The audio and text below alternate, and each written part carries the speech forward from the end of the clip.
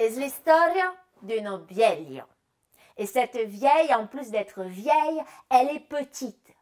Alors en occitan, il y a quelque chose de très pratique, ce sont des petits bouts de mots qu'on rajoute à la fin des mots pour rapitchonner les choses. Et ce qu'il y a de rigolo, c'est qu'on peut en mettre plusieurs pour vraiment rendre les choses très très petites. Vous allez voir, on va essayer avec la vieille. Bon, là, c'est une vieille de taille moyenne, hein, et plus petite que la vieille, il y a la bieliune. On lui a rajouté une. Et plus petite que la bieliune, il y a la bieliunetto, à qui on a rajouté etto. Et plus petite que la bieliunetto, il y a la bieliunettuno. Et plus petite que la bieliunettuno, il y a la bieliunettunetto. Et plus petite que la bieliunettunetto, il y a la bieliunettunettunettunetto. À un moment, tu t'arrêtes, sinon il n'y a plus de vieille. Et cette vieille, elle habite dans une petite maison. Une ustalou. Enfin, une ustalunette. Une ustalunettu. Une ustalunettu. Et cette maison est tellement petite que dedans, il n'y a pas l'eau courante. Alors la vieille, tous les jours, elle est obligée de sortir de chez elle, de prendre un petit chemin, une caminounette, pour arriver jusqu'au ruisseau, qui lui aussi est très petit dans cette histoire, et un riu pichou. Mais même le mot pichou, qui est déjà pas bien grand, eh bien on peut la pitchouner encore, ce qui donne un riu pichou net. Pitchouner tout. Pitchouner tout net, tout net. À un moment tu t'arrêtes, sinon, il n'y a plus d'eau dans le ruisseau. Et pour aller chercher l'eau au ruisseau, la vieille, elle a inventé un système très ingénieux. Elle a pris une bastou, enfin une bastounette, hein, le bâton adapté à sa taille. Elle l'a placé sur ses épaules et de part et d'autre, elle a accroché 12 toupis. Enfin, soyons précis, 12 toupinous, parce que les cruches et les récipients sont très petits aussi.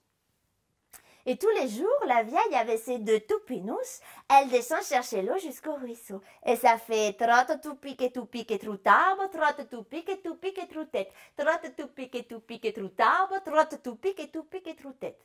Quand elle arrive en bas, elle remplit d'eau ses 2 toupinous et torna monta. Alors quand elle remonte chez elle, forcément, ça va un peu plus doucement, escargado. Donc, ça accofa. Trotta tu pique troutabo, trotta tu pique troutette. Trotta tu pique troutabo, trotta tu pique troutette. Quand arrive là, t'es screvado la vieille. Mais elle fait ça tous les jours.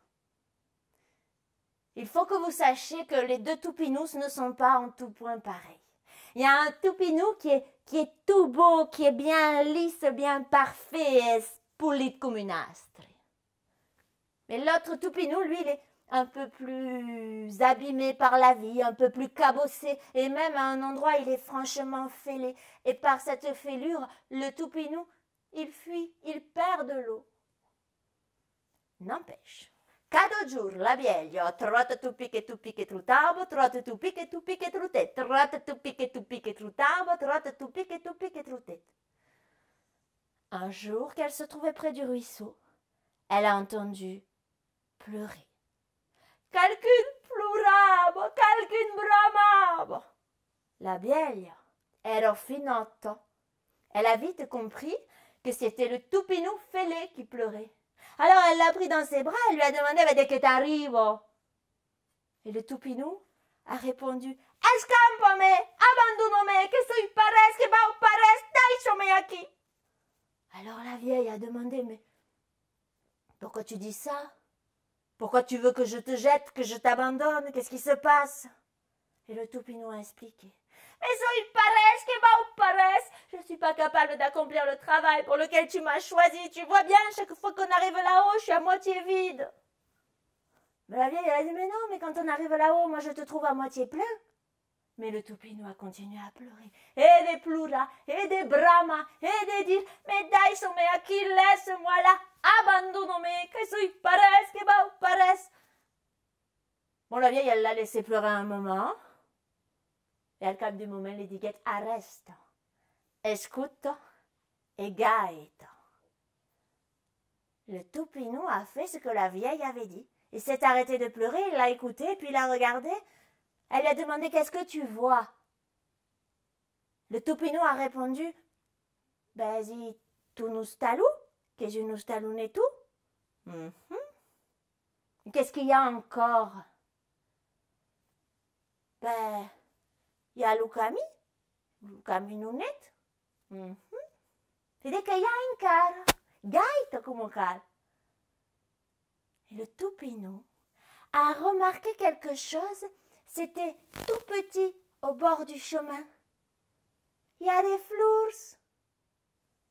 Ben oui, il y avait des fleurs. Et Raffinata la vieille, elle avait bien remarqué que le Toupinou fêlé perdait de l'eau. Alors qu'est-ce qu'elle avait fait? Elle avait semé des graines de fleurs tout le long du chemin, des deux côtés. Et le Toupinou fêlé, tous les jours, en croyant perdre de l'eau, il les a arrosées, ces graines. Il leur a permis de prendre vie et de devenir des fleurs. La vieille, elle n'a eu qu'un seul mot à dire au Toupinou, un mot qui n'a pas besoin de traduction quand il est dit avec le cœur. Merci. Parce que grâce à toi, ma corvée d'eau est moins pénible, le chemin est si joli. Le Toupinou s'est dit qu'il avait beaucoup de chance d'être tombé chez cette vieille qui avait su l'aimer avec ses défauts et de sa fêlure faire naître quelque chose d'aussi beau. On dit qu'encore longtemps ensemble, ils ont fait trotte tout pique troutable.